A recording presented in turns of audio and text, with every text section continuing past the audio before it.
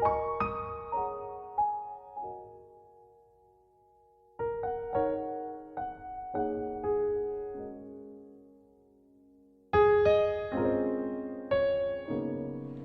Guys, welcome back to my channel Indian 365-এ আপনাদেরকে স্বাগত জানাচ্ছি।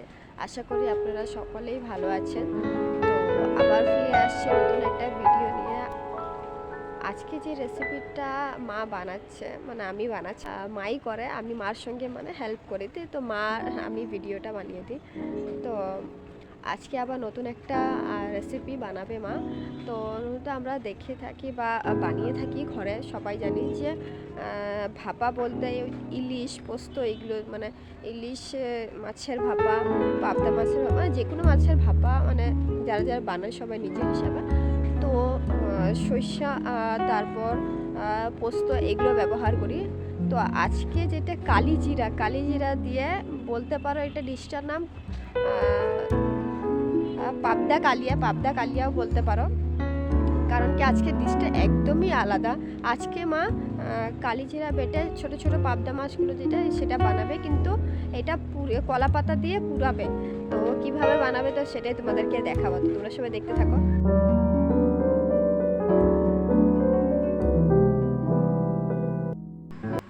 তো ছোট ছোট সাইজের এখানে নিয়ে নিয়েছে পাবদা মাছ। তো এখন এই পাবদা মাছগুলোকে ভালো করে কেটে নেব। তো এখানে মাই কেটে নিচ্ছে। তো এখানে ভালো করে কেটে নিয়ে পরিষ্কার করে নেব।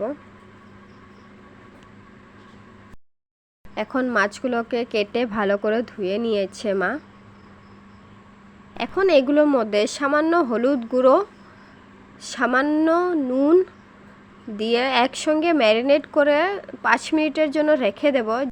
তো এগুলোকে ম্যারিনেট করে রেখে দিয়েছি। এখন এখানে মশলা যা যা ব্যবহার হবে, এখানে নিয়ে নিয়েছি পেঁয়াজ, তারপর কাঁচা লঙ্কা, তারপর সামান্য আদা, তারপরে এখানে নিয়েছি ধনেপাতা, তারপরে এখানে নিয়েছি রসুন, তারপর এখানে মেন যেটা মশলা হবে আজকে কালো জিরা। তো এই কালো জিরাটাই আজকে মেন। তো এখন এইগুলোকে একসঙ্গে পেস্ট করে নিব। সব কাঁচা লঙ্কা আর পেঁয়াজগুলোকে কুচি করে কেটে নেব। তো আজকে যেহেতু কলা পাতাতেই মা বানাবে ডিশটা, তো তার জন্য সকালবেলা উঠেই বাবা কলা পাতাগুলো কেটে দিয়েছে। তো দেখতে পাচ্ছ পুরো ফ্রেশ, পুরো তাজা একদম কলা পাতাগুলো। তো এইগুলোতেই আজকে রান্না করবে, আর আমিও এইগুলোতেই আজকে ভাত খাবো ভাবছি। কিন্তু মা বলছে যে না, খেতে হবে না, তুমি প্লেটে খেলেই হবে। তো এখন মার কথা ফেলতে পারবো না। তো যাই হোক, এখন এখানে দেখতে পাচ্ছ পেঁয়াজগুলোকে কুচি করে নিয়েছি।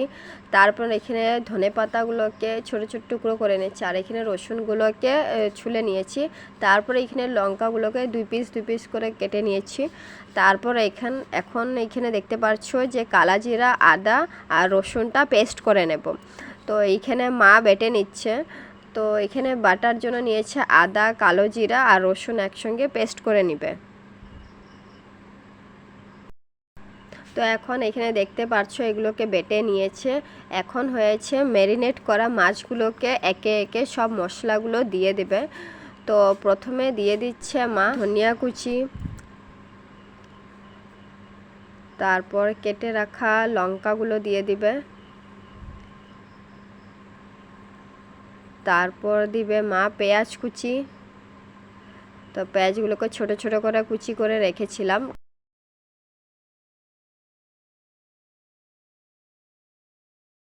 তারপর মেন যেটা মশলা, কালা জিরা, আদা, রসুন পেস্ট, এটা দিয়ে দিবে।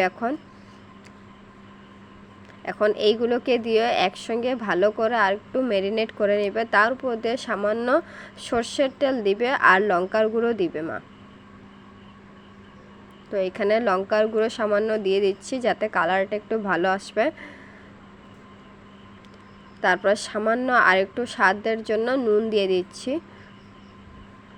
এখন এইগুলোকে সর্ষের তেল দিয়ে একসঙ্গে ম্যারিনেট করে নিবে আর একটু ভালো করে।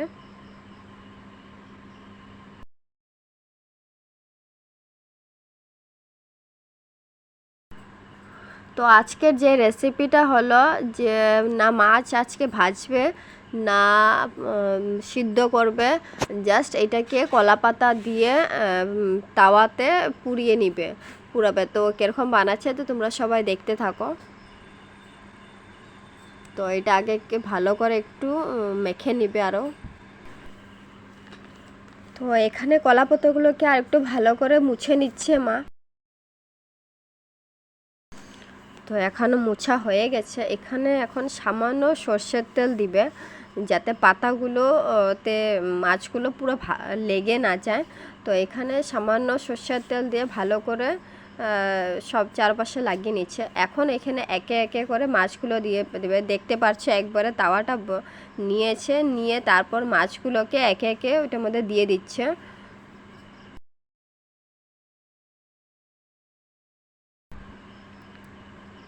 তো এখন দেখতেই পারছো সব মাছগুলো দেওয়া হয়ে গেছে, তারপর মশলাগুলো বেঁচে থাকা সব দিয়েছে। তো তারপর সামান্য সর্ষের কাঁচা তেল যেটা ওটা উপর থেকে দিয়ে দিচ্ছে। তো এখন ডাইরেক্টলি এটাকে গ্যাস জ্বলিয়ে তার মধ্যে বসিয়ে দিবে। তো এখন বসিয়ে দিয়েছে, এখানে দেখতেই পারছো গ্যাসটা জ্বলিয়ে। তো এখানে একটু টাইম মা এইভাবে রেখে একটা কলা পাতা আরেকটা নিয়ে উপর থেকে এরকম করে দিয়ে দিবে। তারপর একটা থালা দিয়ে ভালো করে আবার ঢেকে দিবে। সাইডে পাতাগুলো পুড়ে যাচ্ছে, কিন্তু একটা যে স্মেল বের হয়েছে দুর্দান্ত, মানে খুব সুস্বাদু হবে এটা আমি বুঝতে পারছি। আজকে প্রচণ্ড মানে পুরো থালা ভরে ভাত খেতে পারবো আমি।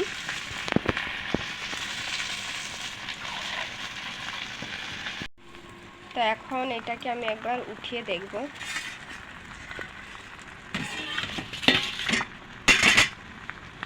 কলা পাতাগুলোকে উঠিয়ে দেখবো। ওয়াও! তো এইখানে দেখতে পারছো পুরো মাছগুলো এক সাইডটা পুরো ভালোভাবে হয়ে গেছে। গন্ধটা তো খুব সুন্দর দুর্দান্ত বের হয়েছে। তো এইভাবে করে বানাচ্ছি। তো দেখতে পারছো পুরো ভালোভাবে জাল মানে উঠছে এটা। তো এটা ভাপা বলতে পারো, মানে অন্য একটা মানে কালিজিরা দিয়ে বানিয়েছি। তো এইভাবে ভাপাটা তোমরাও বানাও বাড়িতে, আর আমাকে কমেন্ট করে জানাবে কেমন লেগেছে খেতে। তো এটা একদমই নতুন ডিশ, তো আগে কখনো বানাইনি মা, ফার্স্ট টাইম বানাচ্ছে। তো এইটা হলো দেখতে পাচ্ছ এক পাশ হয়ে গেছে, এখন এটা উল্টানোর একটাই উপায়।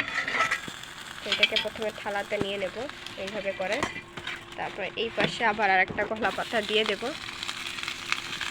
তারপর এখন আবার এটাকে মা এইভাবে উল্টে দিচ্ছে। তো ফাইনালি এটা পাঁচ উল্টিয়ে দিয়েছে। এখন এই পাশটা ভালো করে হওয়ার জন্য মা গ্যাস বসিয়ে দিয়েছে।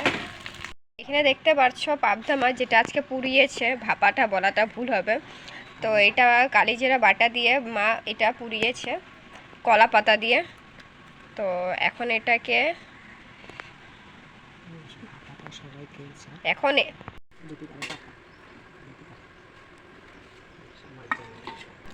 তো এইটা এক ধরনের মানে আদিবাসী আগের দিনে যেরকম আমরা টিভিতে দেখেছিলাম পুড়িয়ে খেত, তো সেম অ্যাজ ইট ইজ হয়তো এরকমই ওরা খেত। তো আমার লাগছে আজকে ওইভাবে মা বানিয়েছে। এটা আমি গরম গরম থালায় পরিবেশন করব। তো এখন ভাত বাড়া শুরু হচ্ছে।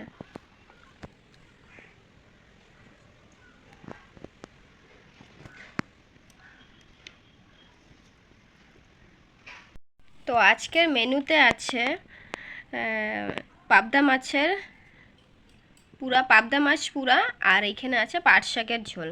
তো আজকে দুপুরে মেনুতে বাস এতটুকুই। তো আমি খেয়ে তোমাদেরকে বলছি কেমন হয়েছে খেতে।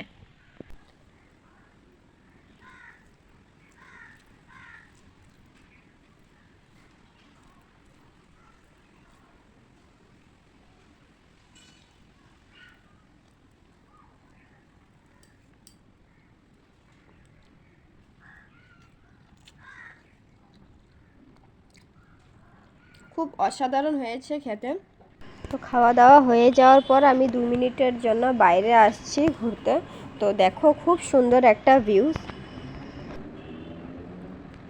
তো এটা আমাদের বাড়ির উপর থেকে ভিউজ দেখা যাচ্ছে, দেখো।